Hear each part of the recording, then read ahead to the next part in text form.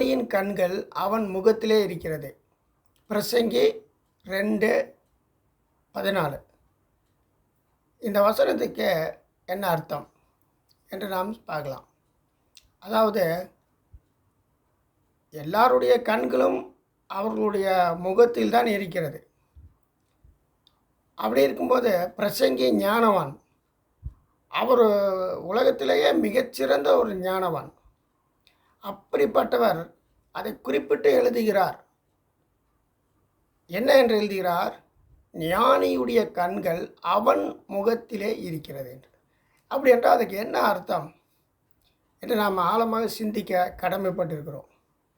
அப்படி பார்க்கும்போது இந்த இடத்துல அவன் முகத்தில் என்று சொல்லப்பட்டிருக்கிறது. அவன் என்று சொன்னால் இப்போ பாருங்கள், அநேகரை பார்த்திங்கன்னா தங்களை பார்க்க மாட்டார்கள். தங்களுடைய வாழ்க்கையை குறித்து, தங்களுடைய நிலையை குறித்து அவர்கள் சிந்திக்க மாட்டார்கள். எப்போதும் அடுத்தவர்களையே பார்ப்பார்கள். அடுத்தவங்களுடைய வாழ்க்கை, அடுத்தவங்க எப்படி ட்ரெஸ் உடுத்தி இருக்கிறாங்க, அடுத்தவங்க எப்படி வேலைகளெல்லாம் செய்கிறாங்க, அடுத்தவங்க எப்படி வண்டி வச்சுருக்கிறாங்க, அவங்க எவ்வளோ நகை போட்டிருக்கிறாங்க, என்ன எப்படி நடக்கிறாங்க, எப்படி பேசுகிறாங்க, எப்படி ஸ்டைலாக இருக்கிறாங்க, எவ்வளோ ரிச்சாக இருக்கிறாங்க, எப்படி இது அடுத்தவங்கள பற்றியே அந்த தாட்ஸ் எண்ணங்கள் ஓடிக்கிட்டே இருக்கும். தங்களை குறித்து அவர்கள் சிந்திக்கவே மாட்டார்கள். இதை ஆண்டவராக இயேசு கிறிஸ்து அழகாக சொல்கிறார். முதலாவது உன் கண்ணில் இருக்கிற உத்தரத்தை எடுத்து போடு, பிறகு மற்றவர் கண்ணில் இருக்க துரும்பை எடுத்து போட வகை பார்ப்பாய், மாயக்காரனே அப்படின்னு கடிந்து கொள்கிறார், கடுமையாக சொல்கிறார்.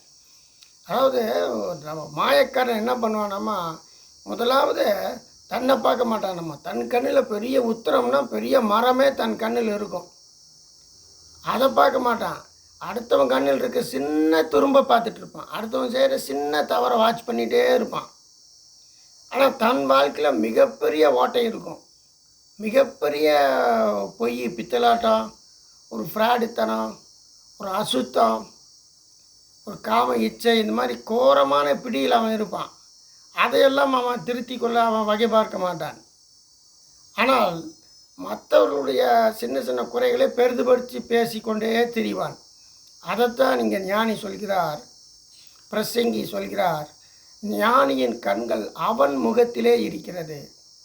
யார் யாரெல்லாம் தங்களை தாங்களே சீர்தூக்கி பார்க்கிறார்களோ, யார் யாரெல்லாம் தங்களுடைய வாழ்க்கையை செவ்வாய்ப்படுத்தி தங்களுடைய இருதயத்தை சீர்படுத்தி கொள்கிறார்களோ அவர்கள்தான் உண்மையான புத்திமான்கள். கடவுளுடைய பார்வையில் அவர்கள்தான் ஞானிகள்.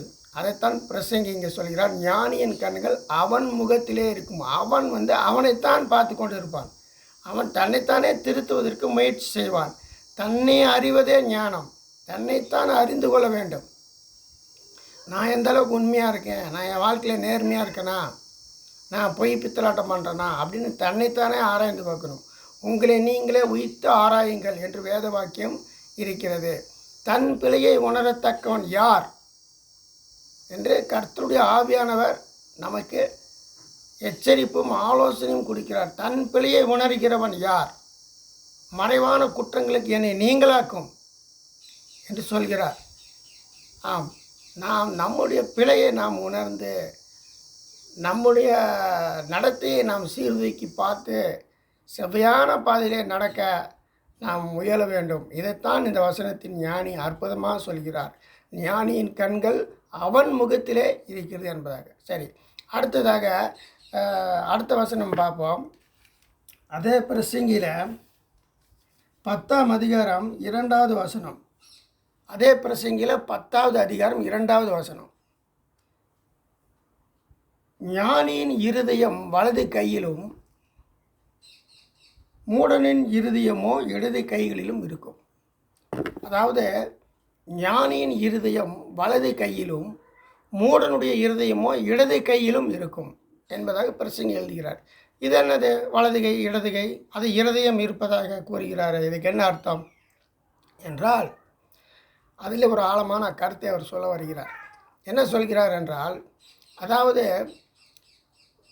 ஞானி இப்போ வலது கையை ஞானி பயன்படுத்துகிறான் என்பதாக அவருடைய வசனம் இருக்கிறது. அதாவது வலது கை நாம் எதற்காகனா ஆசீர்வதிப்பதற்காக பயன்படுத்துவோம். ஒரு கல்யாணம் நடக்குது, அவங்களுக்கு அரிசி போடுறாங்க, அரிசி மஞ்சள் தூக்கி போடுவாங்க.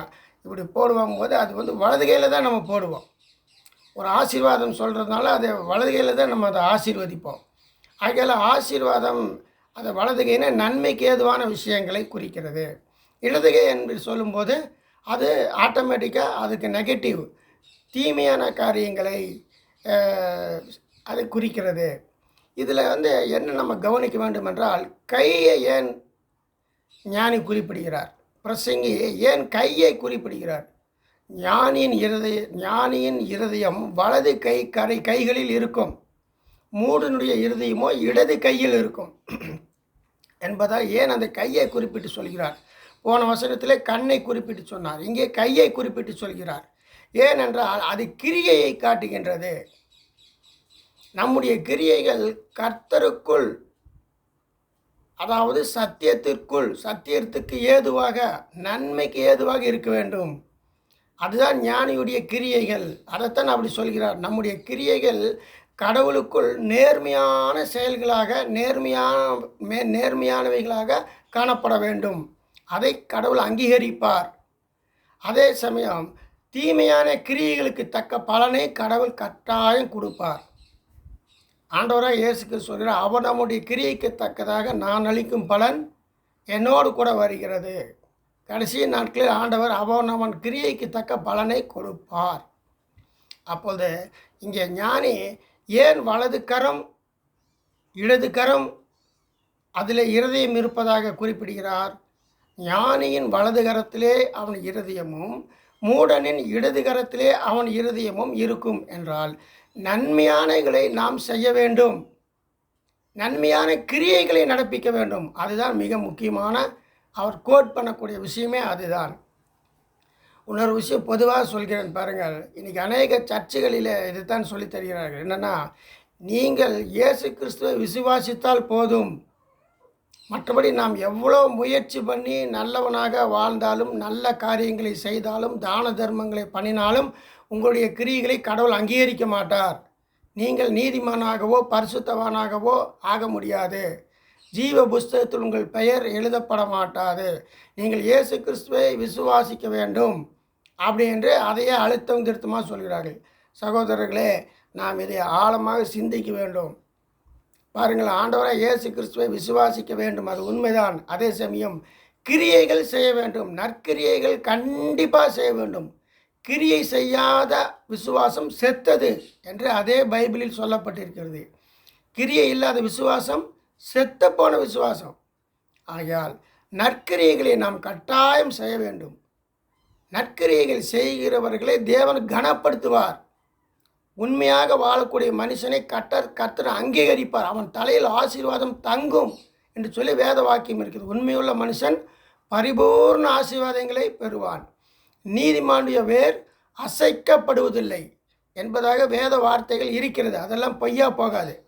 ஆகையால் ஞானி சொல்வது போல, பிரசங்கி சொல்வது போல, ஞானுடைய இருதயம் வலது கரங்களில் இருக்கிறது என்றால் அதற்கு என்ன அர்த்தம் என்றால், நற்கிரியைகளை செய்ய நாம் பழக வேண்டும். அந்த கிரியைகள் கர்த்தருக்குள் இருக்க வேண்டும். அதாவது கர்த்தருக்குள், கடவுளுக்குள், சத்தியத்திற்குள் இருக்க வேண்டும் என்றால் பற்றற்றதாக இருக்க வேண்டும் என்பதுதான் அதுக்கு பொருள். நாம் செய்யக்கூடிய கிரியைகளுக்கு பலன் கடவுள் கொடுப்பார். நம்மளுடைய டியூட்டிஸ் செய்ய வேண்டியது மட்டும்தான். எதை செய்தாலும் முழு இருதயத்தோடும் முழு பலத்தோடும் செய் என்று பிரசங்கில் சொல்லப்பட்டிருக்கிறது. நீ போகும் பாதாளத்தில் வித்தையும் செய்கையும் அங்கே இல்லையே என்று சொல்லப்பட்டிருக்கிறது. ஆகையால் நாம் எதை செய்தாலும் முழு பலத்தோடு கர்த்தருடைய நாமத்தின் மகிமைக்கென்று செய்வோம், நமக்காக செய்யக்கூடாது. நன்றி.